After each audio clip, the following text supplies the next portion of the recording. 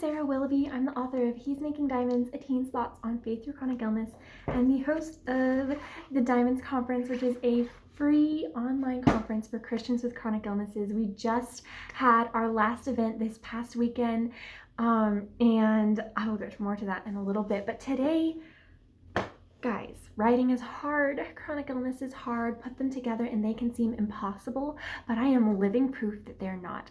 And today, so in my last video, I talked about dreaming again in your writing when chronic illness takes those dreams away. Today, I want to talk about grieving chronic illness, and specifically how writing can help you process that grief that chronic illness brings, because chronic illness long-term health challenges bring grief because they take things, they change things. Because of chronic illness, it limits our ability often to work, to pursue a career. It changes the way that we get to engage socially, and it limits the way that we're able to be involved in our church. It changes the way that we get to it changes relationships, it changes parenting, it changes marriage, it changes friendship, and that is really hard. And often we lose things from that. We lose jobs, we lose relationships, we lose friends, we lose dreams, we lose so much. We lose hope for the future. And I hope that we don't lose hope for the future, and I've done videos on that. Check out my channel. But we grieve. The chronic illness grief is interesting in that it's not just grieving with one thing that happened in the past. It's grieving the present losses that you're experiencing today, and it's grieving the future losses that you haven't yet lived, but that you are anticipating. And that is really, really, really, really hard. And so I want to share something. So there's been processes of grief for me in my chronic illness. There have been different things that have happened. And so sometimes it's more intense. Sometimes it feels like, oh, I've made peace with this. I've reconciled it. I figured it out. I don't know, figured it out, but like I understand and I'm okay. And then other times I'm not, and it comes in waves, and it just as all grief does. And so one of those seasons of grief that happened for me that was really intense, and it was kind of the first time I was really experiencing grief on a deep level from my chronic illness and really processing through it. I didn't know how to handle it. But you know what I do when I don't know how to handle it? I don't know how to think through things, is I'm a writer, so I write. And so I started writing. I started this project about a month ago from the filming of this video. But I started a project about that was just like telling my story, and it started out as fictional. It started out as writing these characters, and then eventually I realized, nah, these characters are just me and the people in my life. And I think I cried through the first 20,000 words of that. Like I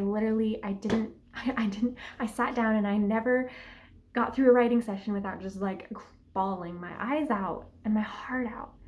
But it was a way that I got to process. It was a way that I got to feel. And at this point, I have not let anyone read that, and I'm okay with that. But it's also given me an insight and an understanding into myself and into other chronic illness warriors. Writing is a way that we get to process grief in a healthy way. And it's healthy for a few reasons. As one, we get to feel it. And it's important when you're grieving to feel it.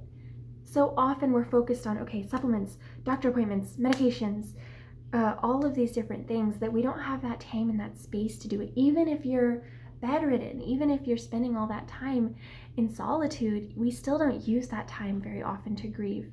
And we use that time to grieve in cycle. Grief happens in cycles, but we use that time and we don't actually process.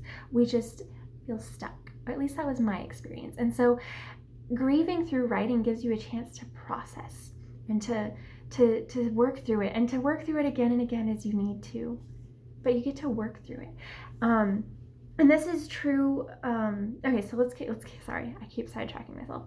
It's also a safe place. It's not a paper is not going to say, hey, that's wrong. A paper is not going to say, okay, but I also have all my problems too. like our friends might. And it's so important to process our grief with people. We get to lament together, and that is a beautiful way that we get to draw near to God and to each other. But a paper is a place where you get to just blah, and you're not going to hurt anyone, and you don't have to filter yourself at all.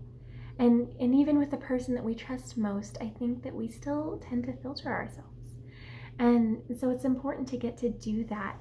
And it also gives us words for it, to be able to express it to God, to express it to ourselves, to express it to others.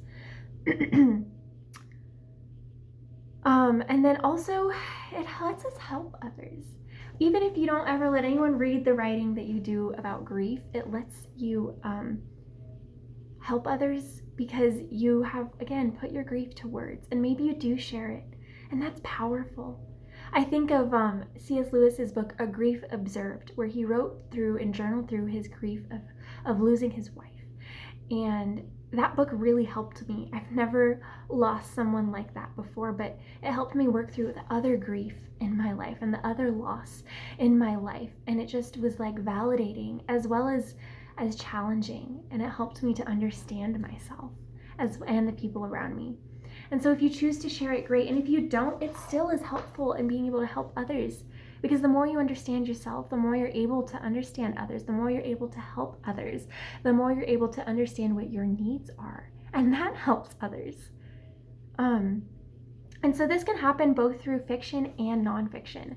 You know, C.S. Lewis, it was journal entries, basically. It was nonfiction. And my book has kind of turned into nonfiction. But you also get to process through fiction, and sometimes that can help you. Maybe you aren't ready to confront your own grief head on, but maybe you can work through it via a character working through it, you know, and getting to write them through it. You get to see yourself, but in a maybe a gentler way, or maybe a way that's easier to understand or easier to swallow.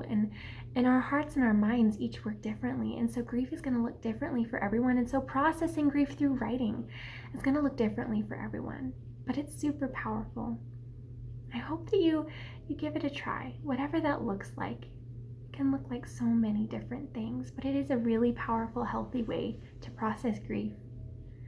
And so with that said, I also want to share, as I said, we had the event this last weekend about dreaming again, and a huge part of dreaming again in chronic illness and health challenges is grieving.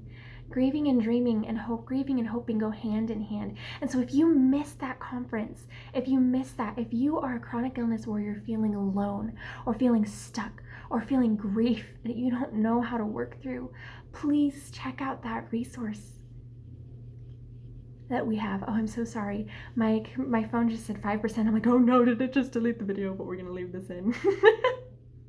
Forgetting that. You're not alone in your grief, my friend. You're not alone, and I hope that you will check out this resource that we have. There have been so many that poured their hearts into this, that poured their own experiences into this. And we talk about everything from dreaming again to the in-betweens, to when things don't look the way we have, to worshiping in grief, and all of the areas. So there's a link for that in the description of this video. Comment below if you did go to that event or not. I'd love to hear from you, and we'll see you in the next video.